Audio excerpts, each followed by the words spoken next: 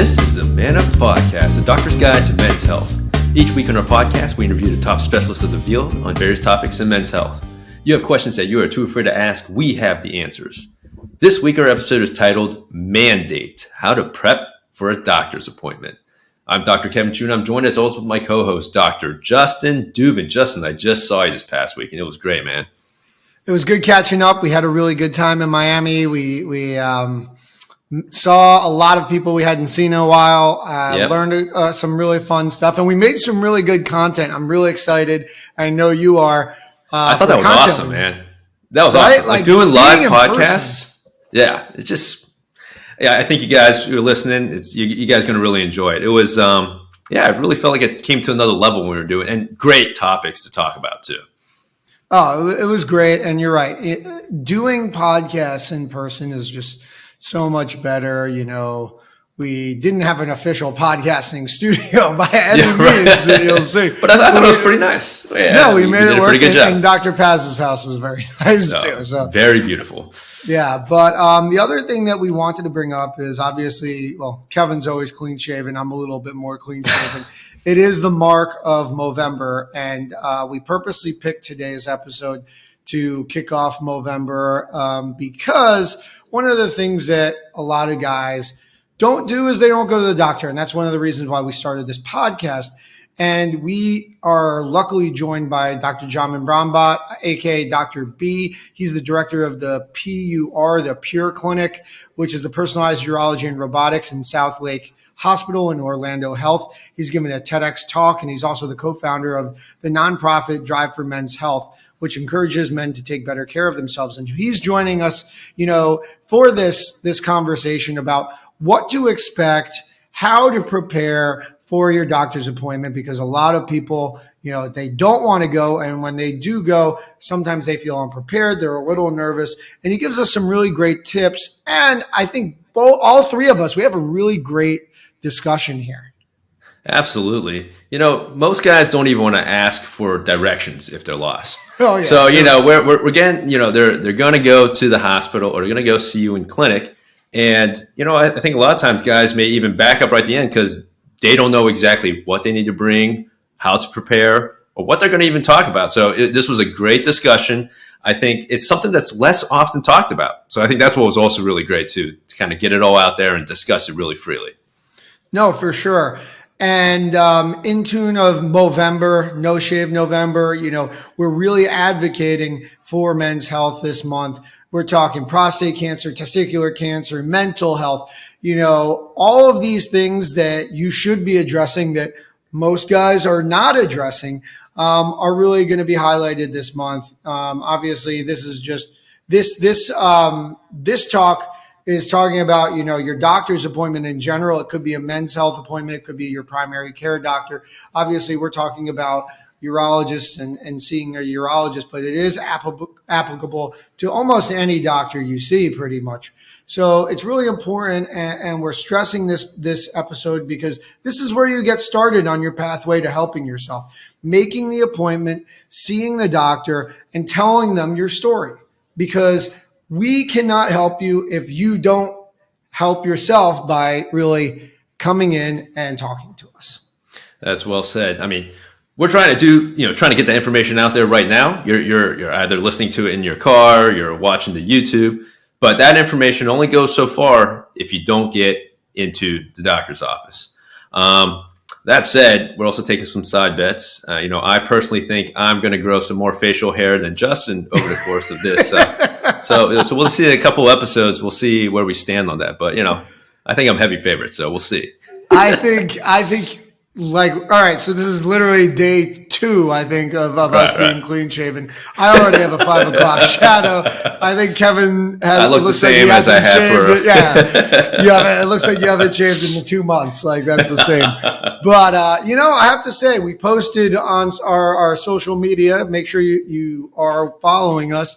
A clip of when I had a mustache and got a lot of good feedback. People love the mustache, so I'm definitely bringing mustache. It back. So you got to watch the YouTubes. You got to watch our social media if you want to see the mustache, because it's beautiful.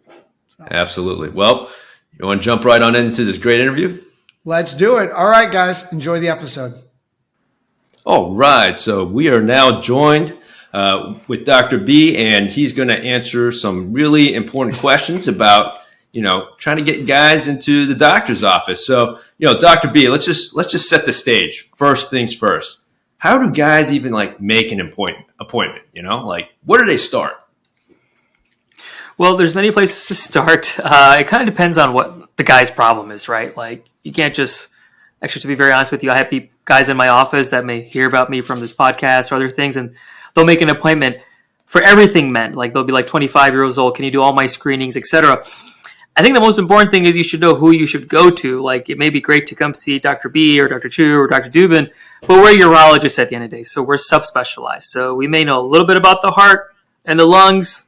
We may know how to listen to them, but beyond that, we don't really know how to manage things. So you should first know what your problem is. And to be 100% honest with you, the first appointment, if you're thinking about getting into this healthcare journey, should be with a primary care provider. That could be an MD, DO, nurse practitioner, PA. You should always start off with a foundation, because they're pretty much going to be like your home team, and then they're going to funnel you other places like a urologist, etc. Now, I do feel like guys are more comfortable with urologists, especially when it comes to like things down under. But your first and most important thing really should be is like knowing what type of doctor you want to go see. No, I think that's an excellent point. And a lot of the times, I actually, got a call today. They were like, "Hey, do you want to see this patient?" And I said, "Well, what is their issue? Have they seen their primary care?" And it was probably something that wasn't urological. So I actually had them explain like, "Hey, probably go to your PCP, make sure that you're getting evaluated appropriately, because this sounds like a primary care problem." And you're 100% right. There are obvious ones that, we talk about, ED, but even ED, you can potentially go see primary care to start because it's diabetes. But really, we want to see your ED. We want to see if worries with low testosterone. We want to see those kinds of things, stones and whatnot. But you're absolutely right. I think having a home base, and that's something that most guys don't have. They don't have a PCP and they don't know where to get started. So I think it's a really important point for sure. But what I've started to do, I've been in practice now 9 years here in sunny Central Florida. And I used to cancel these patients that just want to come see me for a wellness check or touch base with the doctor. Like, that's literally what the chief complaint will be. I've actually just started seeing them and just kind of initiating their first touch point with the healthcare system. And I found they're so much more likely to go see that primary care doctor, go feel much more comfortable, because our conversations will be casual, but I will still add a professional component like, "Hey, how's your libido? How's your sexual drive? Let me talk about your bladder. Do you have a history of kidney stones, cancers?" So I'll tell them all about the routine screening for urology. So I'll take that opportunity to kind of get them in, and then I'll funnel them out. I'll say, "Hey, these are the 3 primary care doctors. This is actually the doctor I go to. You should definitely touch base with them. And then, hey, let's just make an appointment in 6 months." A lot of them don't show up because they realize, okay, I can do everything with this cool primary care doctor now. But to be honest with you, you told me I could be honest in this podcast. Urologists always think about procedures, surgeries, right? Yep. Okay, so this person needs this, and we're surgeons at the end of the day. But I think that those 1 or 2% of patients that you can kind of just see as a hello and get them engaged, because you're going to be way cooler than someone else they may see for the first time. Absolutely. I do take that. It's kind of like my giving back for man up here. So it's no, and you're right. And we're the gatekeepers in many ways of men, because, guys don't want to talk about their heart disease. They don't want to talk about their diabetes. They don't want to talk about their blood pressure issues. In fact, they probably haven't seen a doctor in 30 years, but when their penis stops working, guess who they're going to see? They're going to see us. And it's really important, guys, that you understand that your penis not working could be a sign of a lot of other things going on. Diabetes, heart disease, obesity, low testosterone, all of these problems are all related. And that's why getting in and making an appointment with us, with a primary care doctor is pretty key. Yeah, because if you don't want, if you want him or whatever you call it, to work for the rest of your life. Like, I just saw an 85-year-old guy, needs nothing. He's just enjoying life. It's because he was he was all into preventative care, from he went and saw doctors. He got his routine checkups. He got everything done that he should have done. and everything's working fine. The car is working amazingly well. Like the engine is as strong as ever. He kind of made me jealous with some of the stuff he was telling me, but that's a conversation for another day. But I think the best thing would be is that you never have to see one of us, to be 100% honest with you, that everything in there works just fine. But obviously that's a utopia mindset for me, but I would love to see that happen in the future, kind of on that, to some percentage. On that note, Dr. B, though, I feel like over the past few years, there's really been kind of an evolution of men's health, right? You start to see that now. It's not only just urologists who are kind of, providing men's health. You start to see like, family medicine doctors. And it's, in your, experience, do you feel like that classification is kind of helping get guys into the office? They're like, oh, primary care, I don't need to see it, but men's health doctor, that's kind of a doc I need to see. How do I say this without getting myself in trouble here? I think when we first started this whole initiative for men's health, I mean, as you guys know, we did the whole drive for men's health, went across the country, and we were just starting that whole trend, and others were as well.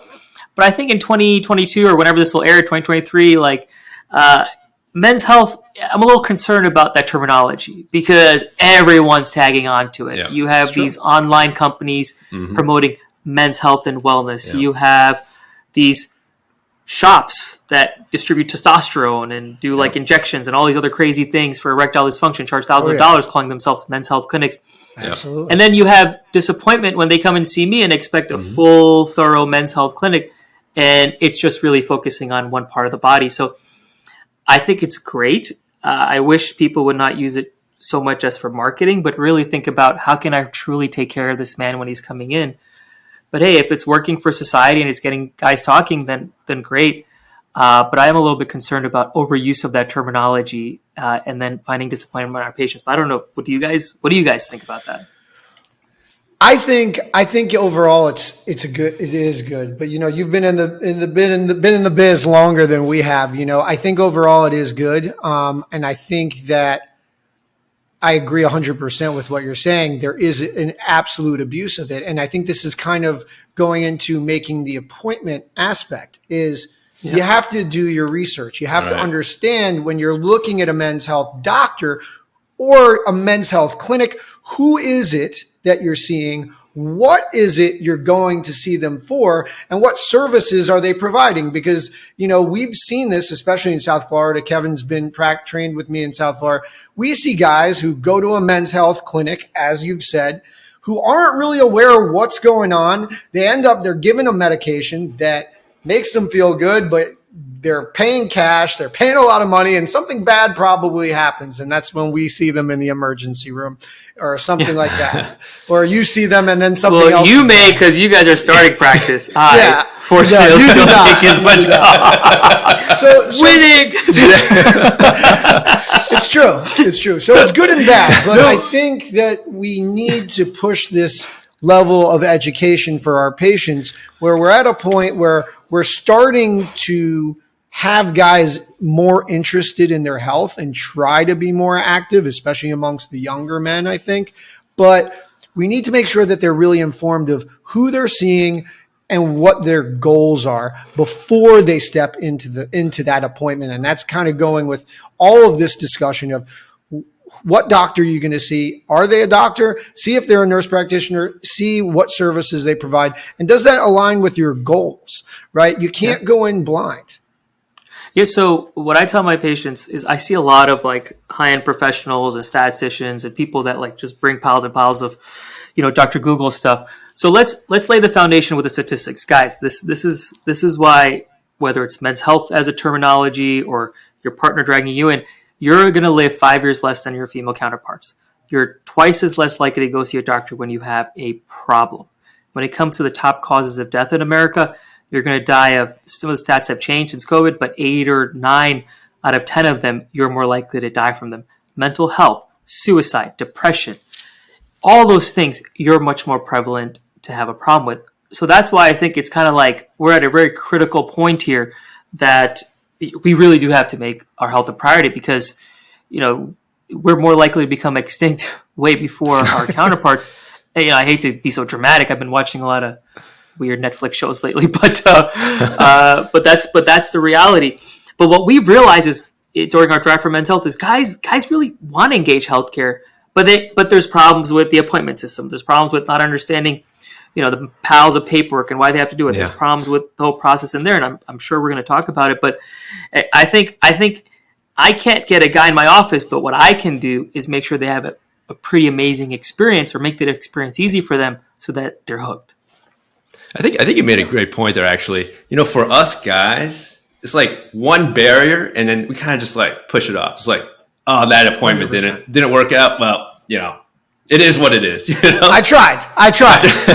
Listen, you got to think of this like if there's someone, I don't want to say girl or boy or whatever, if there's someone that you're super attractive with, and you've both swiped right on your social apps, and you really want to go on a date with them, you got to think of it that way.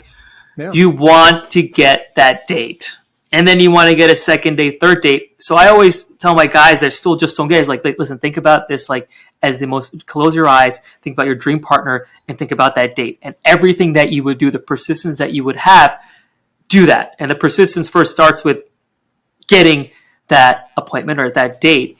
And there's definitely lots of tips and tricks to make sure that this is like a smooth process where there's no rejection for you. So take us through that, because I think that is pretty much the biggest barrier. Guys, it's sometimes for a lot of these guys, it takes a lot of effort to even make that call. They make that call, or they do that Google search to find an appointment, to find a doctor, and they reach out for an appointment. What's some tips and tricks? So let's assume that you want to see Dr. Dubin or Dr. Chu or Dr. B in the office, and you've kind of worked through everything that we do, and you have a problem that you really want to see us for. Where you're going to call my office, it's going to be a 3-month wait. Where you're going to call these other guys' office, it's probably going to be a 4 to 6 week wait. So how do you kind of circumvent that? So first and foremost, make multiple phone calls. Squeaky wheel gets the oil. Squeaky wheel gets the oil. To be honest with you, you don't know if your phone is being picked up in a foreign country at a call center. You don't know if it's actually a person on site. There's so many different ways the phone gets kind of rendered. Is I would say try once, try 2 times, maybe try 3 times. Now, don't be annoying about it, but always politely ask, all right, it's 2 months. Can you get me on a wait list? Most offices have a wait list. Also, the morning of, if you're free, call up, hey, if you had any cancellations. You'd be surprised. I probably see 2 or 3 patients that just walk in that just call that morning, but that's because they're persistent. The second thing is go online. There's definitely websites for all these places where they have a contact me form. To be very honest with you, I found a lot of even physicians that I go to or network with, it's so much easier to get in touch with them via email. So our office actually has an email address. We have all 3 of us doctors constantly on that email looking at it because it just pops up on our phone. So, and please don't do this all the time to other law doctors. They'll hate me. My colleagues will hate me. But hey, you can always nicely email the office. Now, don't be mean I've called 4 times. No one's called me back 3 months. Then no one's going to answer your email. But just be very polite and ask. The other way is walk into the office. Come in with a smile on your face. Be like, hey, I've gotten this referral. Is there any way you can work me in? And you'd be surprised how much a little smile, maybe a Starbucks coffee or some donuts goes in kind of getting you in. And then there's a last way. And I think this should always be the last resort because you don't want to put your primary care doctor in a bind. But ask your primary care doctor, hey, I really want to get to see him sooner. Is there any way you can send him a message? Mm-hmm. I would say if a primary care doctor is sending a message, it's usually for some really acute problem or something they're super stressed out about. I wouldn't pull that card, but if you are, you can always, and if you have a good relationship with them, you can always have them hey, can you text Dr. B or Dr. Dubin or Dr. Chu? But these are all ways you can get in. I bet if you really wanted, you can come see me within a week. It's just going to require some kind of persistence. You guys all heard that, right? Playing the game and the appointment. I'm trying to build your practices, man. Dr. B, we did a dating episode, probably a few episodes back, and I'm just having deja vu, persistence. It's true. It's true. Wait, was dating dating your doctor? Because that's not allowed. No, that's not. No, we're talking about tips and tricks for dating. For dating, okay. Not us. It's completely separate. I took some notes. So we've touched now on how to get an appointment. You finally make this appointment. The date is coming up. what should we be preparing to do? Like how am I going to prepare for my appointment to maximize that time with my doctor? Because I know, Kevin knows, time is of the essence, and we want to really maximize that experience with our physician. We're seeing a lot of patients every day, but we don't want to, we want to give you the best care. And sometimes the patient really helps us provide us with the best care by being on the same, by being in sync with us. So what are some tips for people coming in who have a problem and want to talk to their doctor and get the best out of that experience? So here's one problem that I won't be able to give a good answer to is the paperwork. We're on a big EMR system where you can do it digitally, but then there's still stuff you have to do by hand. And then you go to the room and you maybe ask the same questions. Just be patient, because I still haven't figured out why we do a lot of this paperwork. I think some has to do with insurance, government, lawyers, but you may have to do the same thing over and over and over again. I promise it's not because we're trying to torture you. But here's what you can do proactively, even before you ever even think about going to a doctor, is kind of start and make sure this is in like some secure place that not many people have access to, but start like a journal of all your health problems. This could include the doctors that you've seen. I've actually learned this from my patients. Like they have these records. Now, don't make it 70 pages, but one or two page summary. Yeah. Like this doctor, this doctor, this doctor. This, I've had this, imaging this. You don't have to put every single detail, but like the high level items, what surgeries have, everything. Well, when you bring that piece of paper in to an office like ours, everyone loves you because it makes the front desk job easier. It makes the MAs and the nurses' job easier. Yeah. And then when I see that paper, I'm like, wow, this is awesome. I quickly boom, everything I note. The more I can populate in my note beforehand with the information you've given us beforehand, that means I get more eye-to-eye contact with you. 100%. I have to type less and I can talk to you more and discuss more with you. So have everything, if you have a past medical history, on paper. Now, when you get there, realize that you may only get 5, 7, maybe 10 minutes with the actual doctor.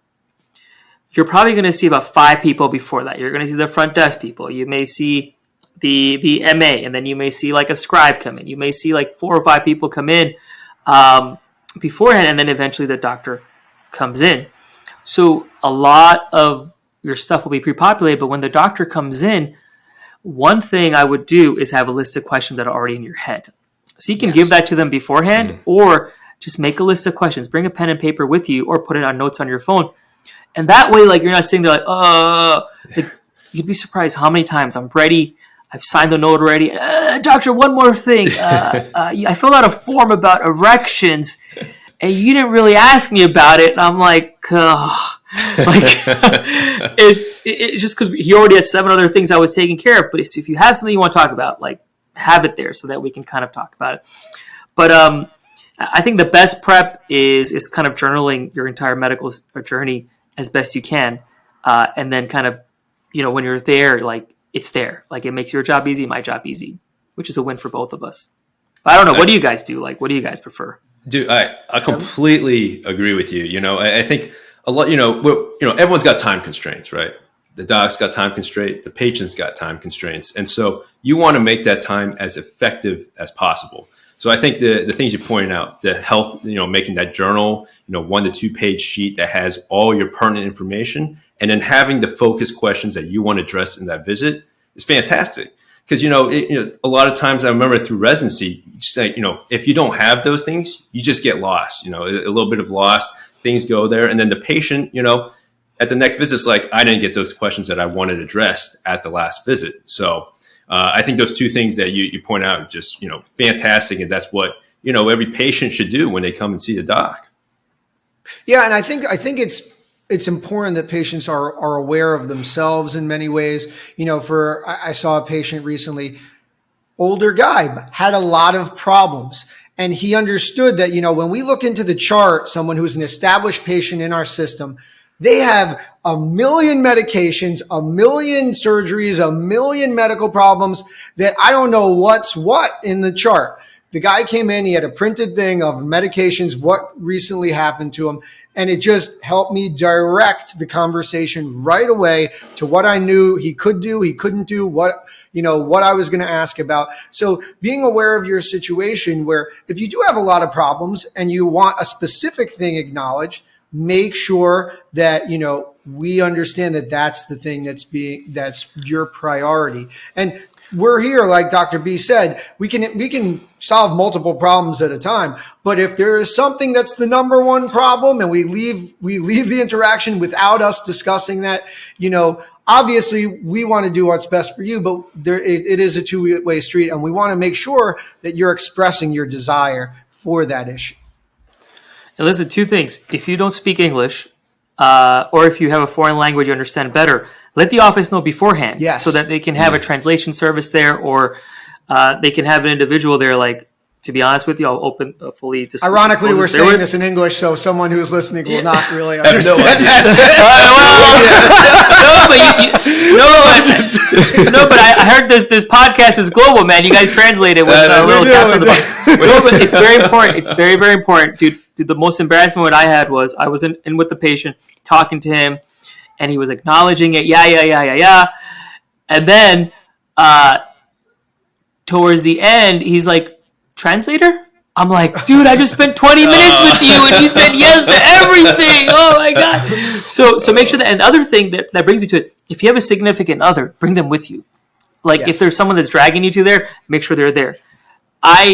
As long as I know you're calling someone or recording, I don't mind in my office, but you're more than welcome to FaceTime your partner if they can't be there, if they're at work. Like, I would much rather have the whole, one or two, three parts of, or the whole team there. That's rather than. That's a great point. I think it's a great point. And it's also important for older guys, right? There's a part in our lives that we hate to deal with, and it's unfortunate and it's sad, but sometimes you become the caregiver for your parents. And if your dad is having issues, you have to be able to assess whether you think that they're able to express those concerns and understand those plans at a level that you think you need to be there or not be there. So, if you are having an older parent that is having men's health issues, obviously maybe not erectile dysfunction. I don't know what your comfort level is, but, stones, bladder problems. I see this all the time. They come in they bring their son in, and they're kind of giving a better history. So it is important that you understand, what you're capable of, what maybe your loved one is capable of doing in terms of telling the doctor a story and relating their problems. So, it's a great. Can I tell you a very emotional story to go off on a tangent? I think one of the coolest moments I had was when a son did come in with his father who had prostate cancer, etc. And I said, oh, he's your son. Hey, are you getting screened at the age of 40? And he wasn't. He's like, oh, no one ever told me that. Oh, I don't know. Right. And then he actually ended up having cancer a few years later. Oh, like, it was like, it sucks. But at the same time, I felt so good that, even though he wasn't my patient, we eventually turned into my patient, but like, it was just so cool because you just never know how we could help beyond that. And it was like a very feel good moment. So let me go get some Kleenex, man. But wow. Hey, that's why we're in it, right? That's why we're in it. Well, men can be emotional, okay? Man up doesn't mean don't cry. That's right. Man up, cry more. That's it. But on that note, though, so I mean, I think we get to that topic of prostate cancer or just the prostate, and I think guys associate seeing the doctor with a prostate exam. Young guys maybe, mid guys for sure, and elderly definitely. And so what do you say to these patients who are like just scared? They're like, I just don't want to see. I don't want to see a doc. I just don't want I just don't want to get my prostate exam. Well, what do you say? There's data supporting this. There is data supporting this that guys have, they've done screenings and surveys for questionnaires. Guys to get a PSA, they're like 95% will go to a doctor just for a PSA. But if you add in the rectal exam, like it drops to like 60%. So this does legitimately scare people and prevent them from going to the doctor. I mean, it would scare me too. But out of full disclosure, there is some controversy when it comes to like the rectal 100%. exam, which we can discuss on a different conversation. I find I do it on a good portion of patients, but if I'm going to be getting an MRI or doing some advanced sensing, or I definitely know I'm going to be doing a biopsy on them, I kind of spare them that misery and then just do everything when I'm doing it, because it's not really going to change my clinical judgment, to be 100% honest with you. I feel, honestly, like the reason guys are scared of it is because some of my colleagues will be in there for 30 seconds. Hey, drop your pants. Okay, here's some Flomax and leave. It's way easier to get them to let you do the exam, especially because I deal with infertility. Like I'm examining their testicles, making them strain, like checking for varicoceles, and then we're checking other things. So if you've built a relationship with them, which obviously is much easier when I have the time and I'm not trying to extract information off some pieces of paper, but I think they're much likely to just do it. They're like, oh yeah, I feel comfortable with you. That's fine. Great. So I think it is something, yes, that's a little bit scary, but that 1 second that we do that could save your life, right? So once I say that to a guy, he's fine with it. But also, like, I'll negotiate with them, like, okay, I won't do it today. I do feel like you need it, but we'll do it at your next visit. You're going to come see me a month later with boom, boom, boom, boom. And then I do it then, and they're much more comfortable because they're, like, prepared. But I think I'm doing less and less exams on a first visit, but I don't know if that's evidence-based or whatnot. It's just I know it gets me much farther with my patients from a trust standpoint. So, Yeah, Kev, what do you think? Yeah, you guys just finished training, man. You're supposed to say yes to everything. I mean, listen, Justin wrote a really nice Kevin paper, or his commentary on how he feels about the rectal exam. I mean, look, I think I still find there's still some patients who come in and there's this they come in and they're like, I'm expecting the prostate exam, and it makes them feel comfortable because they're like, they bring their own lubrication, man. They're like, Doc, I'm ready, baby. Let's do it. I waxed it. I waxed it all. I have my lubrication. Let's go. Like seriously, dude, we do have guys like that come in, dude. I'm not even kidding you. Set the mood, light a candle. But no, Kevin, you're right. I mean, I think some guys expect it and they want it. Some guys are very scared of it. And I think the bottom line is we are human like you guys, and we understand that you are potentially scared because like Dr. B said, he's not a fan. He's not happy to get one. He doesn't want to get one. I don't want to get one. Kevin doesn't want to get one. So as long as you express that with your doctor, it's not like we can't see you because you don't want that exam. As Dr. B said, there's other ways to examine your prostate, and a finger may not have to be one of them. So, that should not be the thing stopping you, because you come in, you talk with us, we could make it an option. If you don't want it, okay, we can figure a way around it. So it should not be a barrier preventing you to come in. Mm-hmm. So, but at the same time, like going off on tangent, like if you're coming in demanding something and you don't need it, we're probably not going to do it. Right, I agree. I agree. It's like 100%. It's like, I want this, that, do urodynamics on me, and I read it on Dr. Google, I need it. I'm like, dude, you're 25 years old, and you have overactive bladder when you drink coffee. Like, obviously I don't say it to them that way, but like, just be realistic, man. Like, don't just bring a whole, You bring up a good point. You bring up a good point there on, Dr. Google, right? Like, so guys, should they be looking up all the information? I mean, we're here doing a podcast trying to educate guys. Now, what is the feeling on like just going to the, dark parts of the internet trying to find an answer to your medical problem? Reddit and all this stuff. I don't mind because they usually see my name in those articles, so. That's true.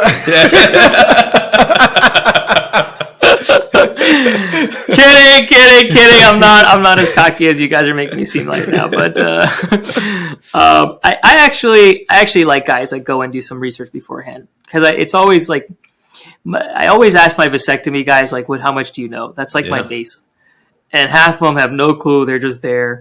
A lot of them have done the research, talked. I think it makes it much easier for me and comfortable to do the procedure because you kind of know now. But if you're going like deep dive, like on forums and like coming in demanding stuff like I'll give you an example. I had a gentleman a couple months ago that came in saying, I want the prostate lift procedure. That's what I want. Right. That's what I want. You're the third doctor I'm seeing for it. Do it. I'm like, okay, what doctors have you seen? I'm like, I know those guys. Like, they're actually excellent urologists. And they said no. Then why are you coming here? Well, I saw your name and you're the best, blah, blah, blah, blah. I saw you on talking about this stuff.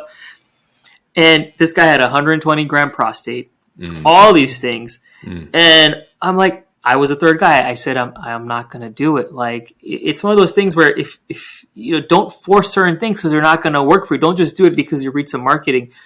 But at the same token, don't go and leave me a bad review. That guy left me like the worst review afterwards. And I was a little bit frustrated, but I'm like, whatever. All the other, it is what it is. I can't control it, but it's not my fault that I'm saying no, I'm actually looking out for you. But then to go and leave a bad review, I don't know how you guys feel. It kind of hurts me when I get a bad review because I do really try really hard to make my patients happy. Well, I think you bring up a good point with the reviews. I mean, I think it's not fair. I waited too long. Like these kinds of things. I'm providing you a service and I'm being thoughtful. Being rude, being unthoughtful is one thing, but the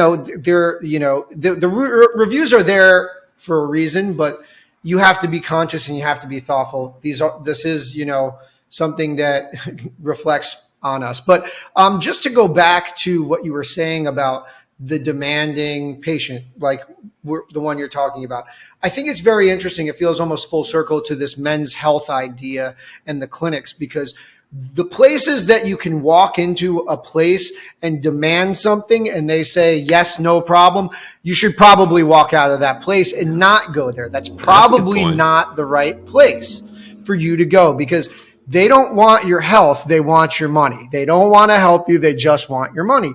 If you come into, I don't know why I'm thinking about Las Vegas and Amsterdam right now, dude. So. But no, I mean, we're talking about dating and like paying for it. Like, dude, my mind's in the gutter here at this night. But it's just one of those things where we have to have a conversation. You walk in the door and you say, "I want testosterone workup. I want a CBC. I want you to give me 200 milligrams testosterone cyprinate," and they go, "Yep." That's probably, print the bill, and we got it for print the bill. See you in 6 weeks. That's a problem. So when you're talking with your doctors, it's okay to say, hey, I'm interested in these, this, and this. That's great. That's a good conversation. But if there's no conversation of like why we're going to do these things, or it's just a yes man, you're never looking for a yes man in a doctor. You're looking for someone who has experience, who understands, the biology, the physiology, the anatomy of what's going on, and is going to use that experience to give you the best care. And sometimes you're right, sometimes you're wrong, and sometimes it's a little bit in between. So because this is a patient-driven podcast, like I'm just gonna be very honest with you. Like, we're right now in the room how to make the experience better. Listen, some doctors may get offended, some may not, but it's okay to ask how many of these procedures have you done. Absolutely. There's nothing wrong with it.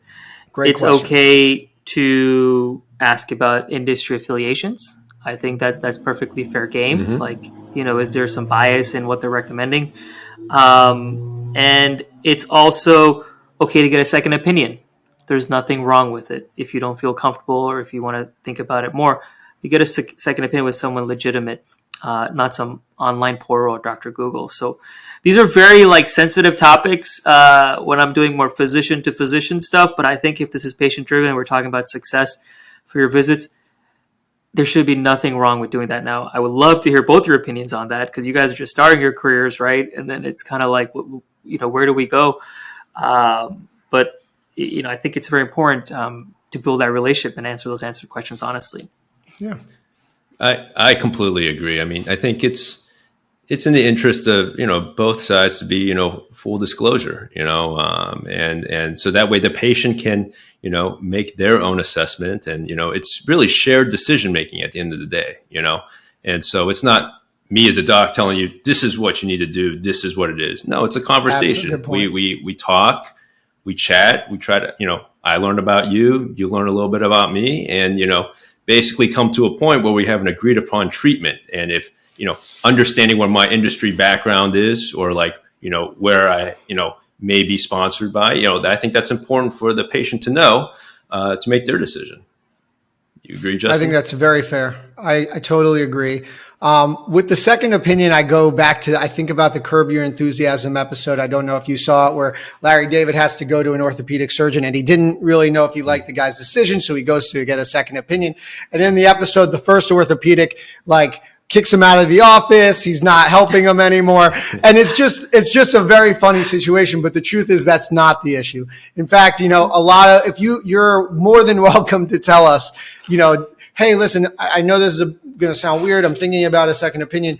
And we have friends, I'm going to say, hey, you know what? Go drive up, go see Dr. B, go see Dr. Chu, and see what they have to say. we should not be offended. We won't, I mean, for the most part, I hope we won't be offended. And in fact, if you want someone, we probably know the other people that we can refer you to for a second opinion. So it's always okay to ask about all the things you guys talked about. And, like you said, like Kevin said beautifully is, we're learning about your personal life. We're learning a lot about things you don't tell other people. It's okay for you to ask certain questions that you think may be offensive. I'm not going to tell you my whole medical history, obviously, but some of the questions that Dr. B mentioned, some of the conversations Kevin talked about, are totally on the table and totally acceptable for patients to ask. So don't ask Justin about his marital status. Oh, come on! I'm living in Boca. He's full disclosure. Yeah. It's we're doctors. I get that question. I'm a Jewish doctor. I get that question every day. So he is circumcised. We know that. Can confirm. Yes, absolutely. Okay, so we're at the point. You asked the questions. You had a great, relationship or experience with your doctor. You're finishing up. You have a plan. Now I think for most people, they feel like this is kind of the hardest part is done. But realistically, as doctors, I think we know that the next part a lot of the times is when we lose people, right? You come up with a plan. You come up with a time to follow up to see how that plan's working. And then sometimes we don't hear from these guys again. Sometimes that's okay. Sometimes it's not. So I think what do we tell patients to make sure that A, they're listening to what we're telling them to do, and B, that they're following up with us? Because I think one thing is if they don't do what we tell them to do or we agree upon doing, not really telling, sometimes they may not show up because they're embarrassed about that. So I think there's a couple different layers to it. Yeah, there's that one's so the first thing is I know some offices will just say call us when it's done. I actually make all of my patients an appointment depending on how long I think stuff's going to take. So they always have a follow-up appointment. So if they cancel it or no show, sometimes I'll look through and what's going on. Sometimes I won't. But I think it's very important to, as physicians, to have that appointment or just say, hey, can I make an appointment? Just pencil in the dates. Number two, and this is something I'm still trying to work on, is I will have imaging orders, lab orders. I will make another referral for something else for them. And they come back and see me in 4 weeks and they've only done 1 out of 4. And then they say, oh, I didn't know you sent a script. Yeah. I'm like, because on our record, you can see that the script was submitted. They actually have access to our portal where they can see all the stuff that I've ordered. They can actually get the orders. So I'm trying to figure out a better way. And I've realized I can't trust the EMR. So we actually write it down on a piece of paper, or we have a thing that says before you come back you're going to do this. So we kind of go back to the basics to remind them of it. But what I also do is if I know it's labs or imaging, we actually have a sheet, a paper here. These are the 4 places you can go to. Call them A, B, C, and D. When it comes to labs, your insurance covers this, or if not, there's these labs. So we kind of try to give them all the resources beforehand so that sets them up for success. Because imagine you have to go and get labs done. You have to find a lab. You have to go and get imaging done, and then they ask you for your copay, and you're frustrated, what the heck's going on? And then you go get your labs done, and they're not back when you go see the doctor. So all these things can be extremely frustrating. So what I tell my patients is, listen, I know you're going to see me in 6 weeks, but go do this stuff next week. Because if you get this stuff sooner, then I can see you sooner and maybe start your testosterone sooner or whatever we're looking into. So I kind of give them that maybe I can get all this stuff done sooner as a hook to get them engage and actually do it. But I'm still trying to figure out how I can do a better job of that communication part of making sure everything is done. I think the older guys are pretty good at it. The younger guys kind of do slack on it. Really? I think I can't. Yeah, I guess. I mean, it depends on what problem they're coming in for. What, Kev? Yeah, no, I mean, I think navigating the health, from a patient perspective, navigating the healthcare system can be really difficult. Just like you said, Absolutely. Dr. B, you get all right, you saw your doc, labs, imaging, all that stuff. Here you go. It's in the system. You should hear a phone call maybe. And, what happens is if you don't have kind of that proactiveness on your side, on the patient side, you might kind of never get any of those things done. And you have to understand that from the doctor side, we're doing everything we can to try to make navigating easier for you. But it kind of goes from both ways. We're trying to be proactive, and it's also got to be the patient that's also proactive. And, hopefully we reach in the middle and then we get everything that we need. So like Dr. B said, we can get you on that testosterone as soon as possible because, you had your labs done and the work was appropriately done. So. You know what I realized? Sorry, I just was. You know what I realized recently, and I just started testing this out like during COVID, is like when I tell them like, "Hey, listen, I know I'm a surgeon, but I'm not trying to have you come back and then discuss a surgery or set you up for a surgery. Like, Right. let's go over this stuff. I'm trying to see in these labs, can we find something that we can avoid A, B, and C?" And I feel like my return rate has gone up so much because a lot of them are like, "Oh man, like if I get this done, I'm going to have surgery." So again, it comes back to the thing. What are they most worried about? So I've kind of learned that psyche. And, a lot of the times, even if when they come in, we're signing them up for a surgery, they're much more comfortable because, they came in with like a free mind. But sorry, Justin. No, you're good. I agree with that. I think one thing that I've started to learn and I forgot about, but I've been thinking about more is, you print stuff out, people lose stuff. I lose stuff all the time. I think it's great. I do print stuff out for my patients, but that electronic medical record is actually really valuable. Why? Because say you can't remember as a patient, there was a lot of stuff. You can go back into your own chart and you can take a look at exactly that plan. That plan is there. It's there for you to refer to. In fact, you can message the doctor on Epic did you notice I didn't mention that? Did you notice I didn't mention that? I was going to say the MAs and the nurses. Dr. Dubin is very interested in your Epic inbox. Yeah, go find him on patients out there. God, I screwed up. I made a mistake. No, but just refer to it. I think messages are fine, but don't try to get free care. Like, correct, there's dudes correct. like haven't seen me in 2 years, want their refills. There's guys that like, it's like, listen, I can see right through it, and my time is valuable. So is yours. Like, if I don't answer, like, it is what it is. But the messaging is, I don't know, Justin. It seems like you love it right now. So no. Well, I don't love it because I've been dealing with it.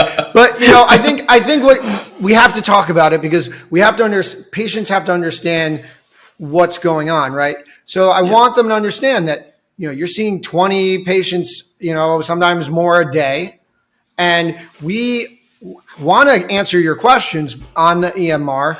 But sometimes, it takes time, and I understand these things are important. But it goes back to what Dr. B is saying. If I haven't seen you in 2 years, don't send a message saying I need a testosterone refill, or I have a very serious problem. This is an emergency. It's not the right forum to do so. If you have a real problem that needs to be addressed, you call the office. Call your primary care doctor, because those forums, the EMR messaging should really just be, a quick, hey, like what was the plan or something like that. That EMR can answer in itself, a MA can help, a nurse can respond to. But, if you have a true, real need of a doctor, you should be calling the office to kind of follow up, because that's the best response time you're probably going to get, and B, you're probably going to get a response that you want in a better fashion. So yeah, we did need to address it because I think it is abused, and I think that people get upset when we don't answer these questions, and then we have 500 messages from the same person saying, hey, I just wanted to know, like, this, my right finger is swollen. What's going on? Like, it's not appropriate. So I don't know what you guys think. Yeah, I think early on, again, I think this is where, when you go find your doctor, like, you may notice that if they're a little bit more out, like 9-10 years, they're more likely to engage in with you on some of these electronic things. Whereas someone new, I know for the first 5 years, I was like super nervous. Like, no, I got to call you. I got documented note. Right. I got to do this. Yeah. So you may see like different preferences, maybe different, based on experience and comfort levels with our practices. But I think the messaging stuff is definitely a game changer. But, I'll see 30, 40 patients in a day. Yeah. I'll be on call, I'll go in the hospital. I'm probably spending, because I calculated a week, like there's 1 week I'm probably spending like 4 or 5 hours a week just on the messages, the results, like the coding stuff that I have to change. There's notes that I forgot to sign. Like, it's a lot. And that's time I'm not really paid for. But for me, it's not about being paid. I don't want people to sound like I'm money hungry here or whatnot. But that's time 5 hours away from my family. Yeah. So the better you are at it, the more focused you're at it. Just understand I'm human just like you. Like I may be your doctor now, but once I leave this building, I'm a father or a husband or other things. So my time is valuable as well. So just if you're cognizant of that. Now, one thing, this is a tangent. If you're rude to my staff or my team members, That's or a if great you're point. cussing or writing cuss words, you will be discharged from my office. Yep. 100%. Like I do, I was not. I used to protect the patient more for bad behavior, and get my staff to kind of mold to it. But over the past several years, I've said no. We will not tolerate that behavior because those team members are working hard for you. Yeah. And if you're going to come in and scream and holler, you're going to get a letter from our office. So don't put yourself in that position. If you're frustrated with something, just ask to talk to the manager or message the doctor. Don't abuse like that poor person in the front with a smile on their face that's just there to check you in. Dr. B, you make a good point. I think a lot of our patients, who are listening to this probably don't know is, sometimes they're like in the waiting room and, like been here forever. Like, what are the docs? What's the whole team doing back there? The coffee's cold. The TV's on a channel you don't like. Like, what the heck is this? Yeah, what are they doing? And it's if you actually see the scenes back there, everyone's kind of running around, like documenting, seeing patients. Everyone, the MAs are they're hustling. They're doing a lot of work back there. Front desk is helping schedule, answer calls, and you kind of have to understand the team is working really hard to try to get you and provide you with the best experience. Sometimes things kind of slow down a little bit, but everyone is trying their best to kind of provide the best care for the patient. And so, I just want, our listeners to kind of know, like, for the most part, most docs, everyone's just running around back there. So, yeah, I barely eat a lunch 5 days. I mean, I'll eat something really quickly or my staff will bring something, or thank you to our industry partners who bring lunch. But, I barely, because we're supposed to have an hour slot for lunch. I barely have time to even eat. And I'm sure it's the same for you guys. Like, because I want to maximize my time in seeing patients. If I can see one more guy and help him, or one more female, because as you're all just be females as well, I think it's worth it. So it's a sacrifice I make for you. So, I think you have to be kind of understanding sometimes if things just don't work out the right way.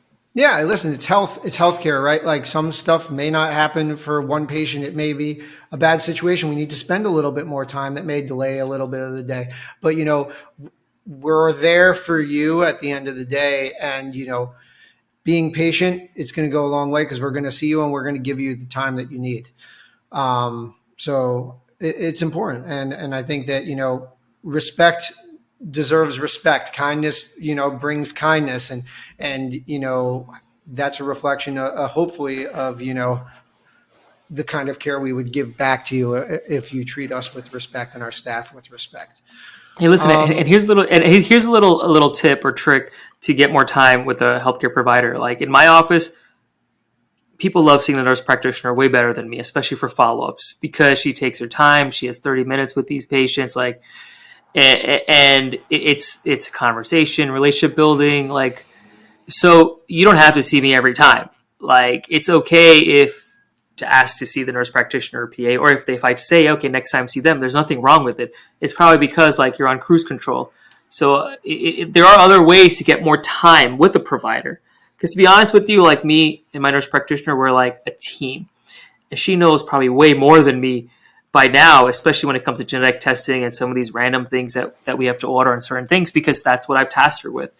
So it's pretty cool. Like you're getting the same experience, at least in my office. I can't speak for every other office, but there's nothing wrong with seeing, one of our advanced care providers afterwards, because I think you're going to get more time with them. It's a great point. It's a really good point. I think this was a great conversation. Yep. I really don't have any more questions. Kevin, you got anything? No, I think this was a really fantastic and important conversation. I think, our listeners are going to learn a lot. I learned a lot, and no, I think this was fantastic. Dr. B, thank you so much for joining us. And, all right, hold on. We got to take our selfie. We got to get this on the podcast. Here's guys. We got to take our...